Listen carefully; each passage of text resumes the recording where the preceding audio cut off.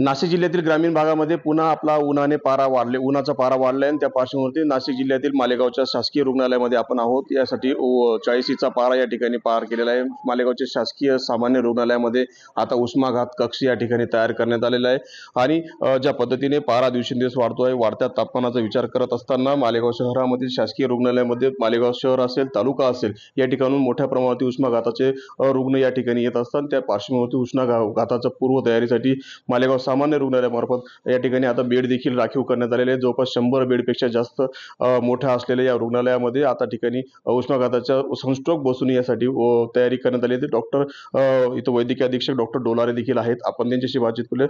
Sir, नेमकं काय preparation करण्यात आली उन्हाच्या तयारीची? उन्हाचा वाढता पारा लक्षात घेता आरोग्य विभाग सज्ज झालेला आहे आणि आपण स्त्रियांसाठी आणि पुरुषांसाठी असे वेगवेगळे 2 स्पेशल रूम्स आपण केले आहेत। त्या ठिकाणी स्त्रियांना 2 बेड एक्स्ट्रा ठेवलेले आहेत, पुरुषांनाही 2 बेड एक्स्ट्रा ठेवलेले आहेत आणि ते रिझर्व केलेले आहेत।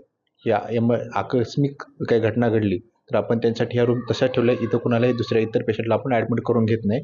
त्या फक्त ही स्ट्रोकच्याच पेशंटसाठी ह्या रिझर्व केलेल्या आहेत। आपल्याकडे मेडिसिनही उपलब्ध आहे आणि आपण आपला ICU पण सज्ज केलेला आहे। तर उष्माघाताचा कुठलाही पेशंट आला तर उपचार त्याला देण्यामध्ये हा सामान्य रुग्णालय मालेगाव एकदम सज्ज आहे आणि कुठल्याही रुग्णांची गैरसोय होणार नाही याची आम्ही पूर्णपणे दक्षता घेतली। सर, अवकाळी आता अचानक उन्हामध्ये अवकाळी सुरू झाला, अवकाळीनंतर पुन्हा ऊन सुरू झालं। बऱ्याच ठिकाणी लूज मोशनच्या पेशंट या संख्या वाढलेली आहे आणि लहान मुलांमध्ये ही संख्या वाढलेली, काय सांगा? वातावरणातील बदलामुळं ह्या गोष्टी होऊ शकतात आणि पाणी ह्या डायरिया वगैरे जे प्रमाण वाढतं ते पाणी दूषित झाल्यामुळे वाढतं, तर त्याच्यावरती एक शुद्धीकरणाची प्रक्रिया झाली तर ते पण कमी होऊन जाईल। उन्हाच्या बचावासाठी लहान मुलांसाठी किंवा पुरुषांसाठी, महिलांसाठी जनरल काय केलं पाहिजे? तर सगळ्यात महत्त्वाचं हेच आहे उन्हाचा बचाव करण्यासाठी। तर 11 ते 4 या वेळेमध्ये बाहेर फिरू नये, भरपूर पाणी प्यावे, शुगरी पदार्थ टाळावे आणि कोल्ड रूमचा वापर करावा। नक्कीच उन्हाच्या पारा टाळण्यासाठी नक्कीच 11 ते 4 मध्ये विशेष असं घरामध्येच थांबण्याचं आवाहन देखील या ठिकाणी करण्यात आलं आणि उन्हापासून वाचवण्यासाठी योग्य पदार्थांचं सेवन देखील या ठिकाणी करण्यात यावं असं डॉक्टर वैद्यकीय अधीक्षक यांच्याकडून सांगण्यात आलेलं आहे। मनोज शावळे, टी20 मराठी, मालेगाव।